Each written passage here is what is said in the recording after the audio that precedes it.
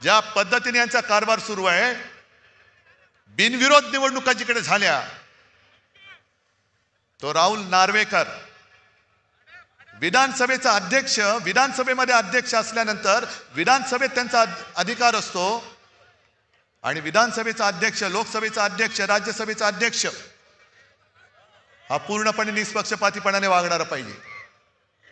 आणि आमच्यावरती घराणेशाहीचा आरोप करणारे भाजपा या राहुल नार्वेकरांच्या घरातले 3-3, 4-4 जणांना उमेदवारी देत आहेत आणि तो समोरचा उमेदवार त्यांनी अर्ज मागे घ्यावा म्हणून अधिकाराचा दुरुपयोग करणारा राहुल नार्वेकर निवडणूक आयोगाला चालून जातोय. तरी सुद्धा चालतंय. आम्ही जरा कुठे काय केलं तर निवडणूक आयोग लगेच हातोडा घेऊन बसलेला असतो.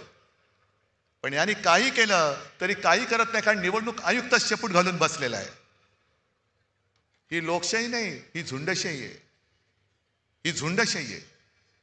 आणि आज जर का आपण उठून उभे राहिलो नाही तो उद्या वरवंटा असा फिरेल की पुन्हा एकदा इंग्रजांपेक्षा जास्त 150 वर्षापेक्षा यांच्या गुलामगिरीत आपल्याला राहावं लागेल.